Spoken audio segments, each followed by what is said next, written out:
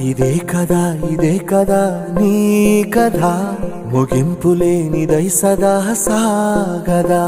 నీ కంటి రెప్పలంచున మనస్సు నిండి పొంగిన ఓ నీటి బిందువే కదా నువ్వెతుకుతున్న సంపద ఒక్కొక్క జ్ఞాపకానికి 100 ఏళ్ల ఆయువుందిగా ఇంకెన్ని ముందు వేచెనో అవన్నీ వెతుకుతూ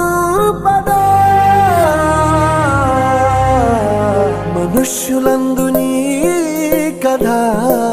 మహర్షిలాగా సాగదా మనుష్యులందు నీ కథ మహర్షిలాగా సాగదా